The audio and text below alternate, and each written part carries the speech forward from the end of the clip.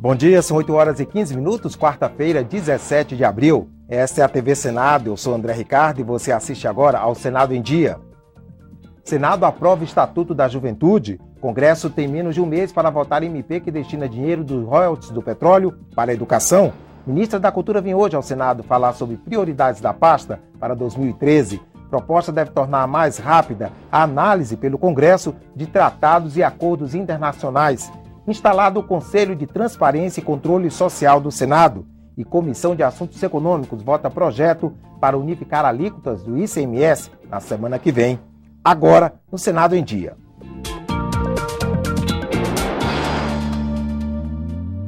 O Senado aprovou ontem o Estatuto da Juventude. Prevista pela Constituição de 1988, a política de Estado de proteção aos jovens só agora começa a tomar forma.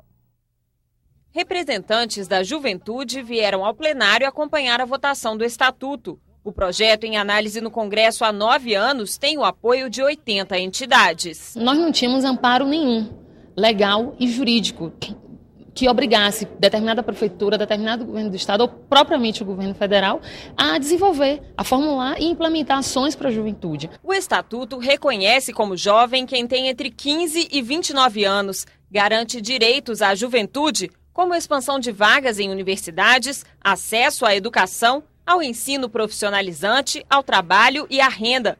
Também cria o Sistema Nacional da Juventude, que reúne conselhos municipais, estaduais e o nacional, responsáveis por formular políticas públicas para os jovens. Trata-se, portanto, de marco legal que possibilitará a consolidação das políticas públicas voltadas para a juventude como política de Estado, necessárias para assegurar a visibilidade e a prioridade desse segmento populacional tão heterogêneo e dinâmico quanto fundamental para o desenvolvimento do país. O que justifica levar uma legislação protetora até a idade de 29 anos? Idade onde a maioria das pessoas já está hoje com a sua vida encaminhada ou buscando encaminhá-la. Eu não vejo realmente a necessidade de estender um manto protetor do Estado até os 29 anos de idade. O ponto mais polêmico do Estatuto é a meia entrada em eventos pagos.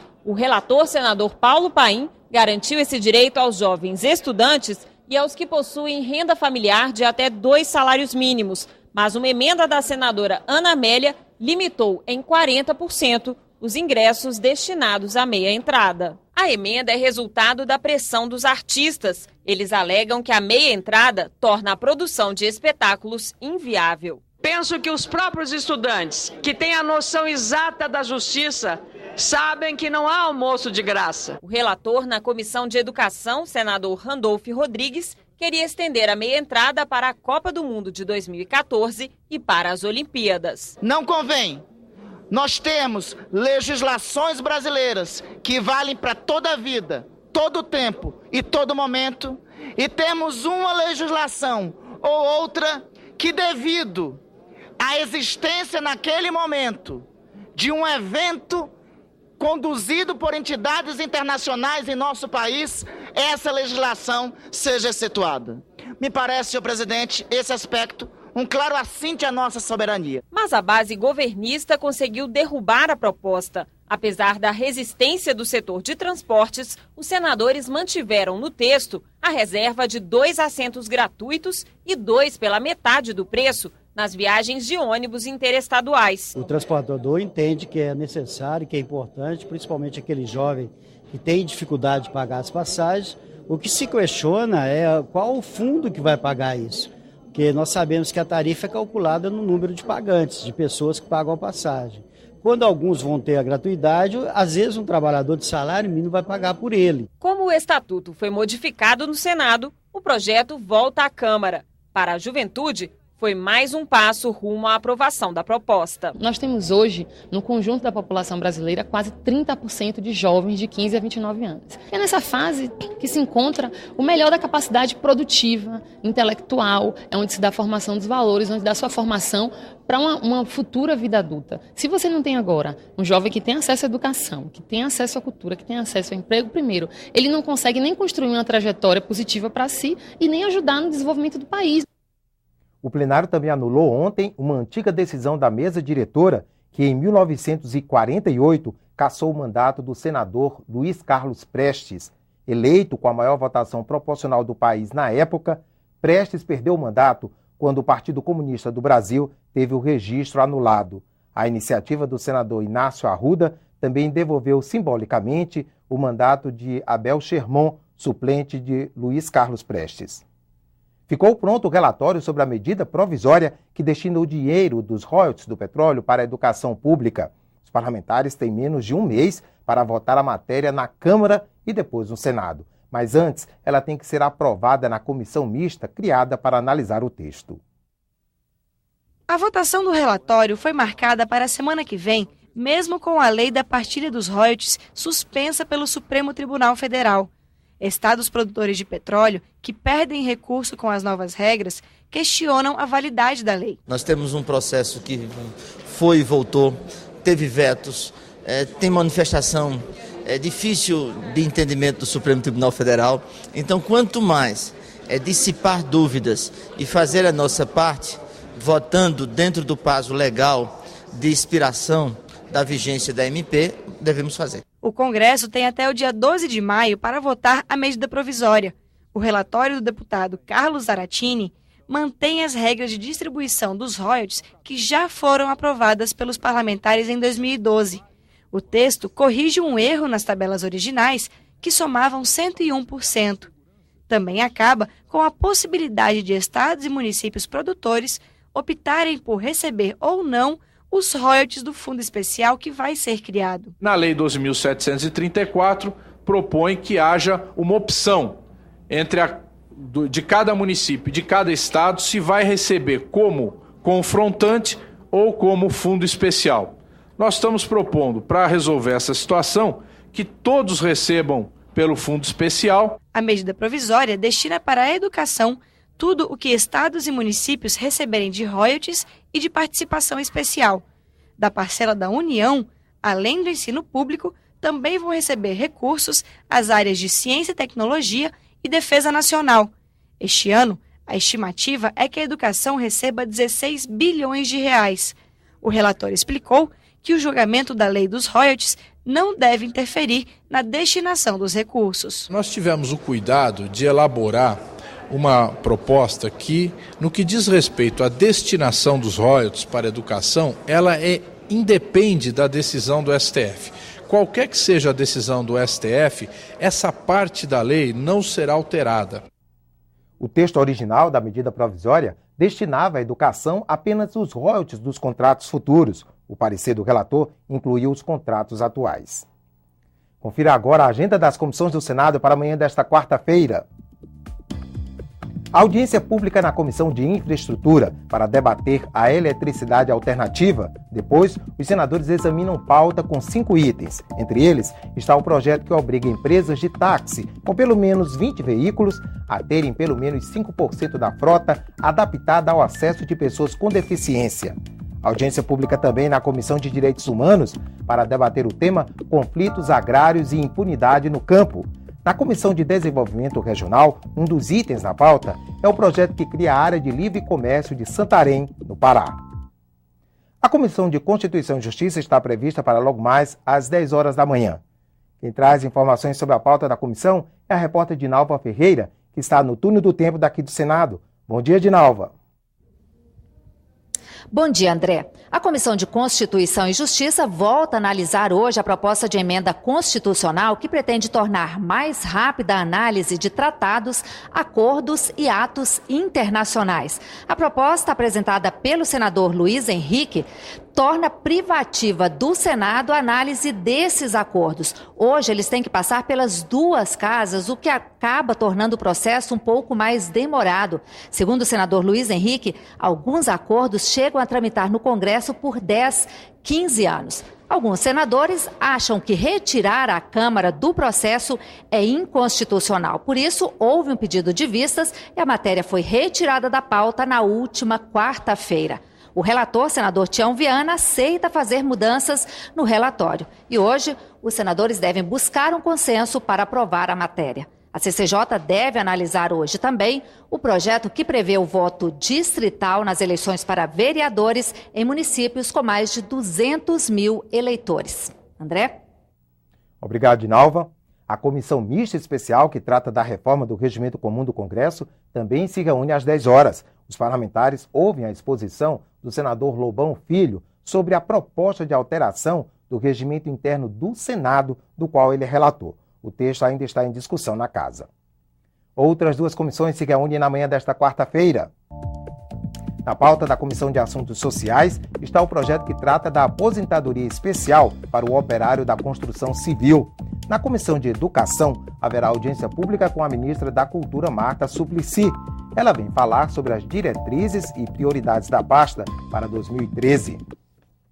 O relatório é a proposta do governo, que unifica a alíquota do ICMS em 4%, foi apresentado ontem na Comissão de Assuntos Econômicos. Depois de negociações com o governo e os secretários estaduais de Fazenda, o relator, senador Delcídio Amaral, estabeleceu uma nova alíquota de 7% para produtos industrializados.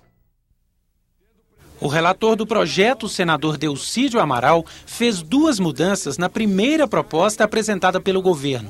Ele manteve uma alíquota diferenciada para os estados do Norte, Nordeste, Centro-Oeste e Espírito Santo e aumentou de 3 para 8 anos o prazo de redução do ICMS nessas regiões. Nós não só alongamos a transição das alíquotas, como também concordamos com essa relação 7-4, em função das ponderações apresentadas pelos secretários de Fazenda do Norte, do Nordeste e do Centro-Oeste, carimbando 7% para o setor industrial.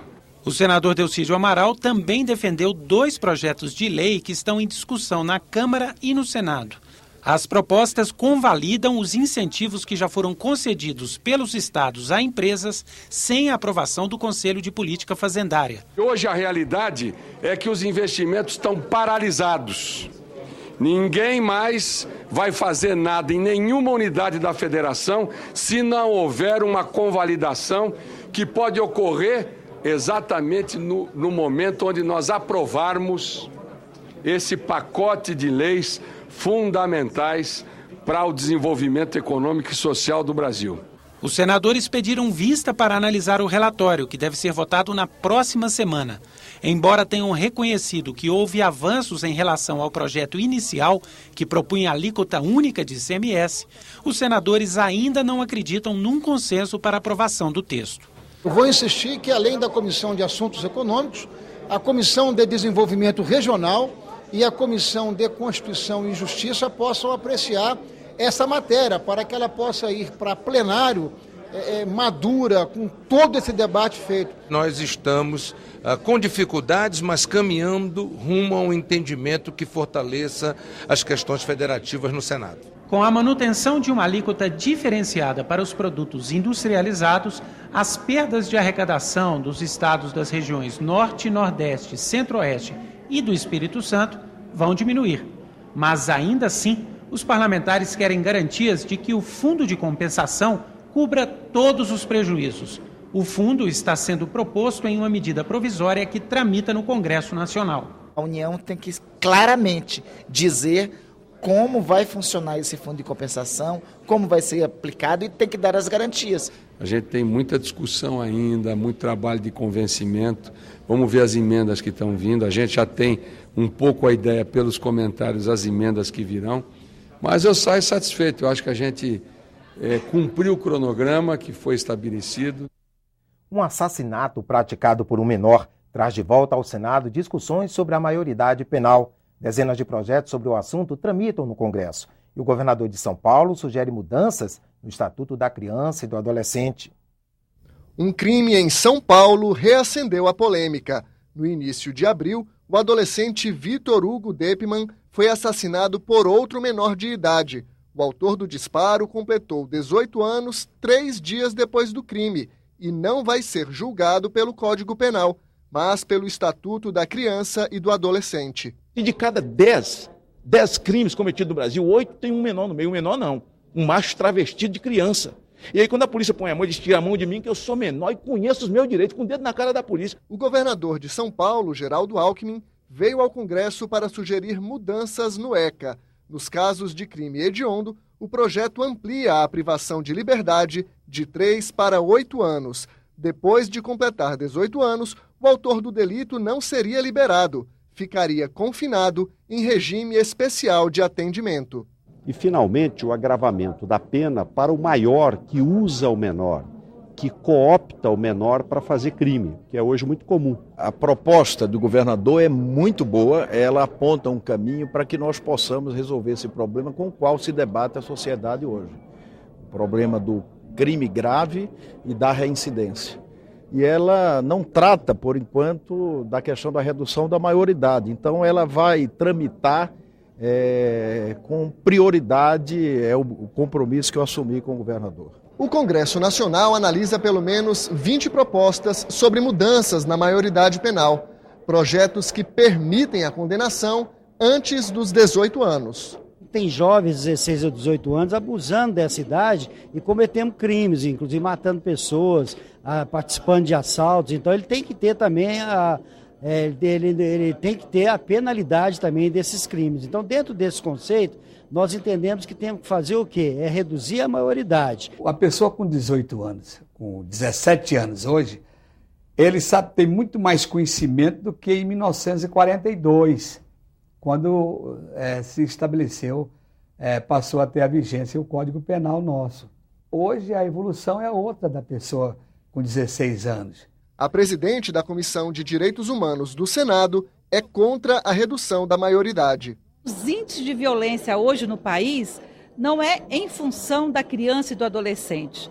A criança e o adolescente ela é vítima também de todo um processo de exclusão, de todo um processo também de violência que existe no país. Então a criança e o adolescente não pode assumir o ônus, né, de tanta violência que nós temos no país. O líder do PSDB sugere uma proposta intermediária para os casos de crime hediondo. Eu acho que a regra dos 18 anos deve ser mantida, mas em alguns casos, o juiz da vara da infância e da juventude pode, mediante um processo de apuração da personalidade do jovem, dos seus antecedentes, se ele praticou crimes hediondos, crimes com uso de violência, nesses casos, depois de apuradas essas circunstâncias, o juiz pode determinar a desconsideração da minoridade e aplicar a lei penal já a partir de 16 anos. A maioridade penal varia ao redor do mundo. Nas 10 maiores economias do planeta, os Estados Unidos são os mais rigorosos. Em alguns casos, crianças de 6 anos podem ser punidas criminalmente. China, Japão, Alemanha, Itália e Rússia têm maioridade aos 14 anos. França, aos 13. Os brasileiros só podem ser condenados penalmente a partir dos 18 anos, na Inglaterra aos 10 e na Índia aos 7 anos. O Brasil não pode ficar ausente da realidade internacional. E nós estamos aqui, sobretudo, diante da realidade nacional, da violência crescente, especialmente nos grandes centros urbanos do país. Eu acho que esse não é o caminho para acabar com a violência no país, não é você garantindo que um jovem de 16 anos cumprirá da mesma forma a pena que um de 18, de 20, 30, 50 anos de idade, que vai fazer com que diminua o nível de criminalidade. O Senado vai ficar mais perto da população. Foi instalado ontem o Conselho de Transparência e Controle Social da Casa. E na Ouvidoria Geral tomou posse a senadora Lúcia Vânia. Lúcia Vânia é a primeira mulher a assumir a ouvidoria do Senado. Criada em 2005, mas só instalada oficialmente em 2011, a ouvidoria recebeu mais de 5.600 denúncias, críticas e sugestões nos últimos 2 anos. Mensagens que servem para aprimorar a administração e o papel legislativo do Senado. É um desafio que assumo com muita satisfação e com o compromisso de atender às expectativas dos cidadãos, que são o motivo do órgão existir. Sendo eu a primeira mulher a ocupar o cargo de ouvidora-geral do Senado, o seu ato também representa a defesa e a valorização dos direitos das mulheres e ainda a promoção da diversidade de gêneros. Sabemos que grupos mistos, com mulheres e homens trabalhando lado a lado, somando diferenças, apresentam melhores resultados em prol do bem comum.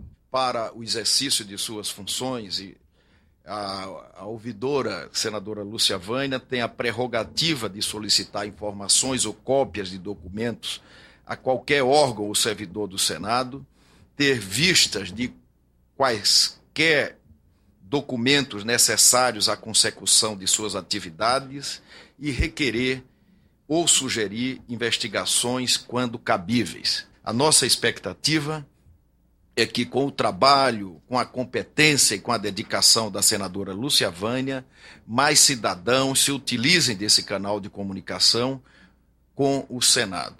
Também foi instalado nesta terça-feira o Conselho de Transparência e Controle Social do Senado. Como órgão consultivo da presidência da Casa, o Conselho deverá propor medidas para melhorar o acesso às informações do Senado e a transparência na prestação de contas à sociedade.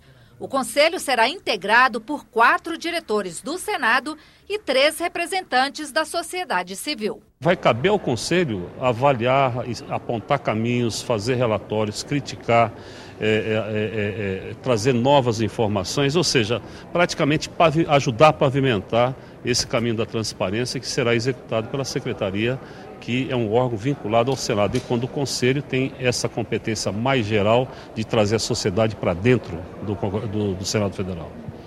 O Senado em Dia termina aqui. No decorrer da manhã você acompanha outras informações nos boletins do Senado Agora. Enquanto isso, continue assistindo a nossa programação.